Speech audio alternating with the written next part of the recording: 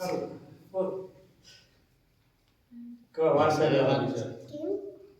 મારા ગુરુને નમસ્કાર. કેમ છો બાળમિત્રો? મતલબ અને મારું નામ છે વિશ્વા. હું ધોરણ 1 માં ભણું છું અને મારી રાજકા પ્રાથમિક શાળા છે. એને હું આજ તમને સરસ મજાની વાર્તા કહીશ. તો વાર્તા છે ચક્કો અને ચક્કી. ચક્કી લાવ્યો ચોખા દાણા, ચક્કો લાવ્યો મગના દાણા. એ ખીચડી બનાવી પછી ચક્કી પાણી ભરી પછી ચક્કાને તો બહુ ભૂખ લાગી હતી એટલે એને વિચાર્યું કે હું થોડી ખીચડી ખાઉં. એટલે થોડી ખીચડી ખાધી અને તો વધારે એમ કરતું એ બધી ખીચડી ખાઈ ગયો. પછી આખે પાટા પર સૂઈ ગયો.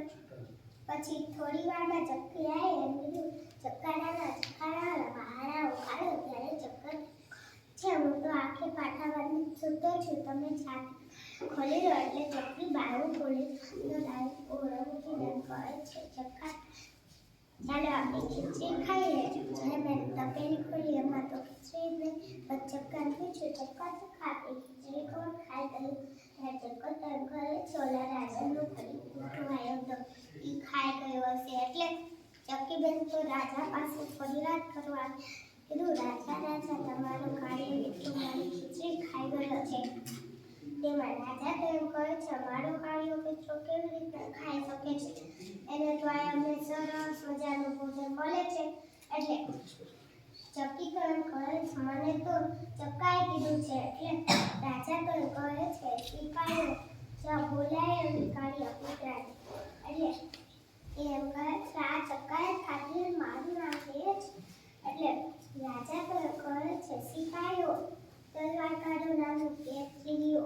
એટલે ચક્કો તો બહુ ડરી ગયો. ના તલવાર નો લાવું, મેં ખાધી છે. એટલે કુવા ઉપર ઊંધું લટકાયો અને ચક્કી તો રોવા માંડ્યા. ત્યાં એક બાજુમાંથી ગાય ગોવા જતા કીધું, ગાય ગોવા તમે મારા ચક્કાને બહાર કાઢી, તમે સરસ મજાની ખીચડી ખવડાવી. ત્યારે હું તમારા ચક્કાને બહાર ન કાઢી, મને તો ના પાડી છે. એટલે ચાલ્યો ગયો. ચક્કી તો પાછળ ત્યાં પછી વાંદરી જોતી તેને હું તમારા ચક્કાને બહાર કાઢી દઈશ, તમારે ખીર ખવડાવી પડશે. એટલે વાંદરીએ તો બહાર કાઢી દીધો. એટલે ચક્કી બેને સરસ મજાની ખીચડી બનાવી, ખાધું પીધું, મોજ કરી. વિશ્વનો શ્વાસ એવા વિશ્વાબેન, તમને ખૂબ ખૂબ અભિનંદન. હવે આપ જશો